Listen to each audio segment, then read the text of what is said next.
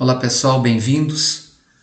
Dando continuidade ao estudo da termometria e da dilatometria, hoje no volume 6, capítulo 11, nós iremos estudar as páginas 8 e 9 e está dentro da nossa semana do dia 15 ao dia 19 de junho.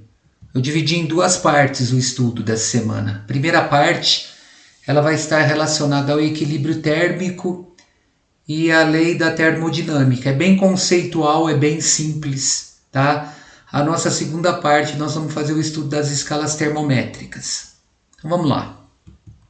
Equilíbrio térmico e zero da termodinâmica.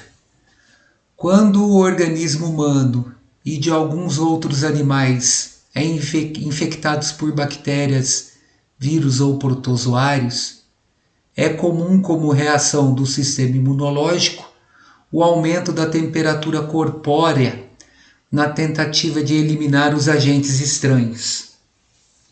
Para saber se alguém está com febre, costumamos utilizar um termômetro clínico de mercúrio. Tal instrumento, em geral, mede as temperaturas entre 35 e 42 graus Celsius e tem subdivisões que permitem detectar variações de até 0,1 graus Celsius. Para que a medida seja confiável, dois cuidados devem ser observados. Primeiro, devemos colocar o termômetro em contato com partes internas do corpo, sob a língua ou embaixo do braço, o que se explica em razão de a pele humana ter temperaturas inferiores às apresentadas pelas partes internas.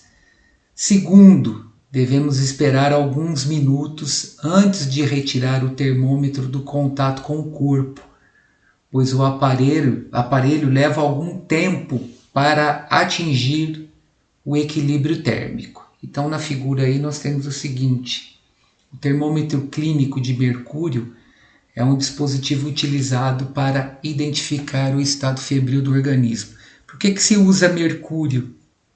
Porque mercúrio, apesar de ser um metal, ele está na forma líquida e ele tem um coeficiente de dilatação muito grande. O que seria isso? Ele varia as suas dimensões facilmente com pequenas variações de temperatura.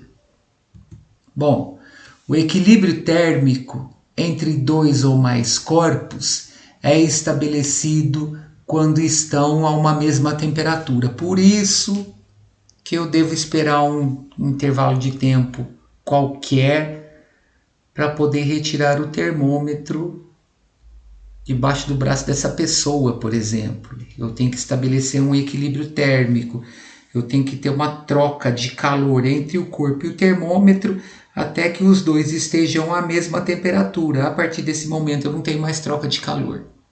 Bom, de acordo com os princípios da termodinâmica, dois corpos em equilíbrio térmico compondo um sistema isolado permanecem com a mesma temperatura e não trocam energia. Que energia que seria essa? O calor.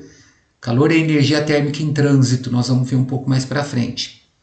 Por outro lado, se um outro corpo com maior temperatura entrar em contato com os anteriores, haverá troca de energia térmica, perda de energia do corpo mais quente e ganho de energia dos corpos mais frios.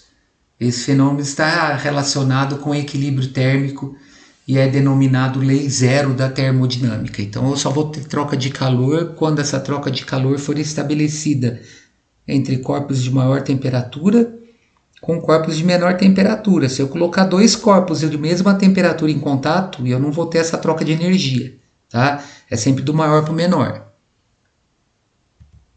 Então, o que seria a lei zero da termodinâmica? A lei zero da termodinâmica afirma que se um corpo A estiver em equilíbrio térmico com o corpo B e este último com o corpo C, podemos afirmar que A e C também estarão em equilíbrio térmico. Vamos resumir isso.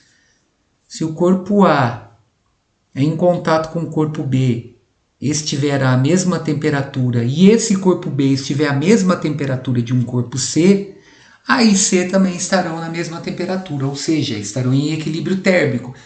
não vou ter troca de energia entre eles.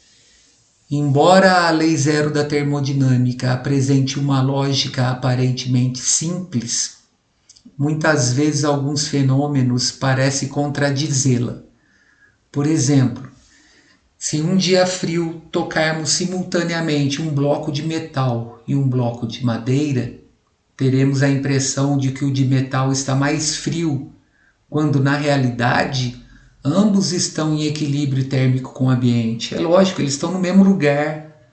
Se eles estiverem numa sala que está com uma temperatura de 12 graus Celsius, por exemplo, os dois corpos estarão também a 12 graus Celsius nessa condição de equilíbrio térmico. Essa impressão decorre do fato de que o metal é melhor condutor térmico do que a madeira e, portanto, a perda de energia para o metal é mais rápida e significativa, dando a impressão de que ele está mais frio. Então, qual que é a ideia?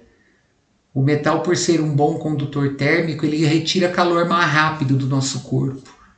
Então, por isso que a gente tem a sensação de quando a gente pega na maçaneta da porta, a maçaneta está fria. Na verdade, ela está na mesma temperatura do ambiente. Mas, como o metal é bom condutor térmico, ele vai retirar calor mais rápido do meu corpo e eu vou ter essa sensação que ele está mais frio. Então, a sensação de quente e de frio está relacionada à perda ou ganho de calor. Então, quente e frio relacionado à perda ou ganho de calor, energia térmica em trânsito. E por isso, o tato nem sempre é uma forma de medir com precisão a temperatura dos objetos.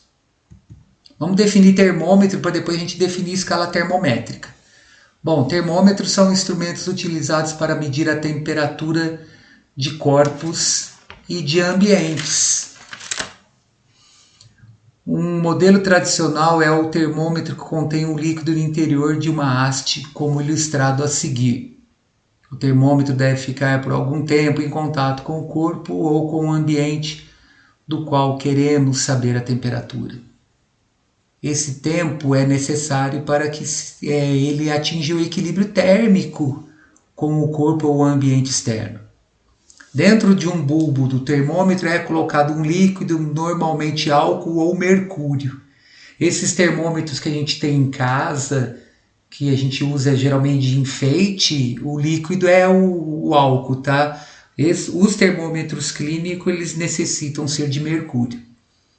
Quando a temperatura desse líquido aumenta, suas partículas se movimentam mais rapidamente e vibram com maior amplitude, ocupando maior espaço, o que leva ao aumento de seu volume, ou seja, ele dilata.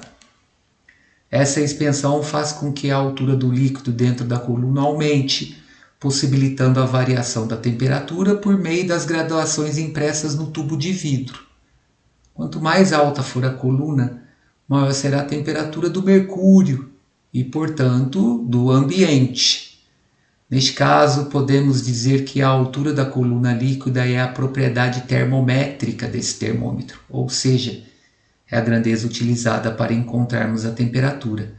Outros exemplos de propriedade termométrica são a cor do objeto, a resistência elétrica, que pode ser entendida como oposição à passagem de uma corrente elétrica, a pressão, etc.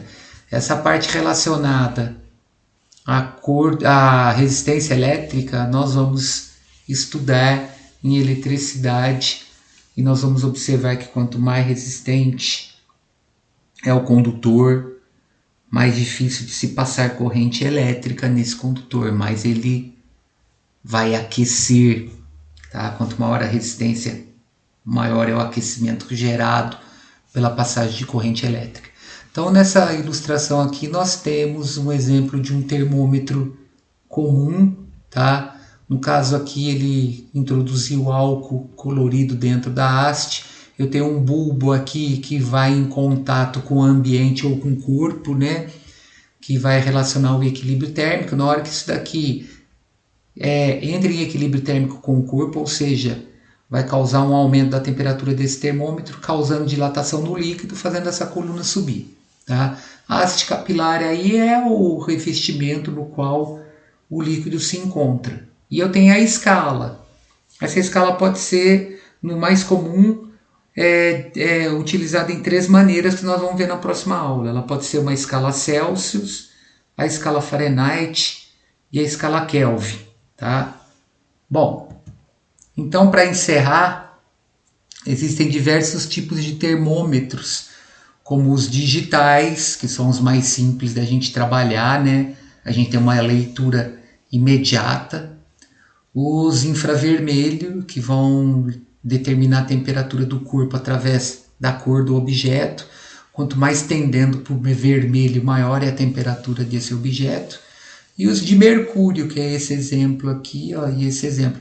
Esse termômetro aqui, ele é um termômetro no qual eu gero um aquecimento de uma resistência, esse aquecimento da resistência faz com que ocorra uma dilatação do material, essa dilatação está relacionada ao aumento de temperatura. Os termômetros utilizados em veículos. Beleza, pessoal? Bom, estou encerrando a primeira parte, daqui a pouco eu volto com escalas termométricas. Até já.